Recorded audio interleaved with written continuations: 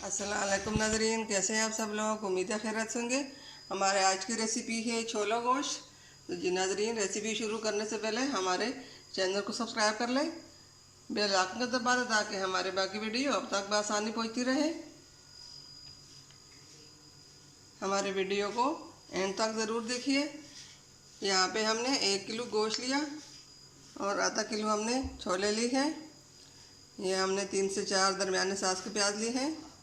इनको हमने लंबे साइज में इस तरह काट दी।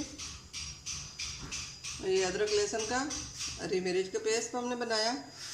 और ये मसाले, ये 1 चम्मच लाल मिर्च पाउडर, 1 चम्मच हल्दी, 1 चम्मच नमक और 1 चम्मच काली मिर्च साबुत ज़ीरा। जी नाज़रीन, रेसिपी शुरू करते हैं। यहाँ हमने 3 से 4 टमाटर ली हैं। टमाटर को भी हमने छिलका उतार कर काट दी।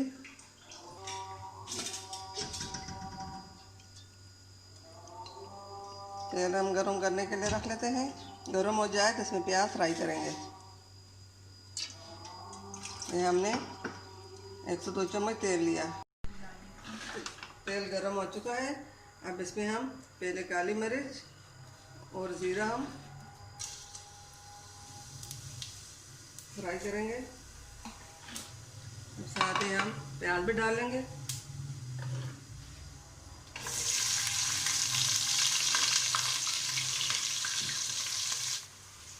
प्याज फ्राई हो रहे हैं, कलर हमका गुलाबी हो चुका है। अब इसमें हम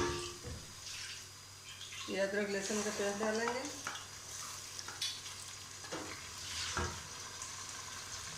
इनको भी हम भूनेंगे। लहसुन प्याज फ्राई हो चुके हैं।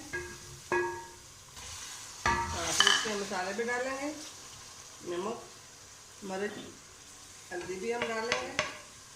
टमाटर गलने तक हम भुनेंगे। मसाला हमारा रेडी हो चुका।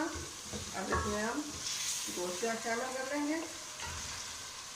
अब गोश्त को भी हम 5 मिनट तक भुनेंगे। हमारे वीडियो को देखने लाइक भी ज़रूर कीजिए और कमेंट में बताइए कि हमारे वीडियो किस तरह कैसी है। आप लोग सब्सक्राइब करेंगे और लाइक करेंगे तो मेरी हौसला अफजाई होगी। हम और नई नई रेसिपी लेके आएंगे।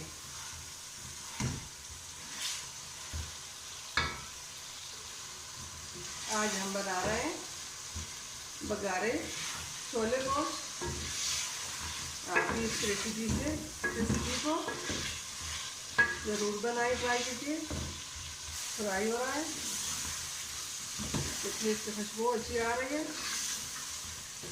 उबालने से इसकी कच्चापन दूर हो चुका है। अब इसमें हम बिस्मिल्लाहिर्रहमानिर्रहीम, अब इनको भी हम मिक्स कर लेंगे और 5 मिनट के लिए ये भी भुनेंगे। अब इसमें हम ये 1 कटोरी पानी डालेंगे। जो हमारी वीडियो पे नए हैं वो हमारी वीडियो को लाइक और सब्सक्राइब ज़रूर कीजिए। अब इसको हम अल्हम्दुलिल्लाह जी नाज़रीन, अल्हम्दुलिल्लाह हमारे आज की रेसिपी बघारे छोले तैयार हो चुके हैं। उम्मीद है हमारे आज की रेसिपी पसंद आएगी। कमेंट में ज़रूर बताइए आज की रेसिपी कैसे लगी है। मिलते हैं अगली वीडियो के साथ, तब तक के लिए अल्लाह हाफिज़।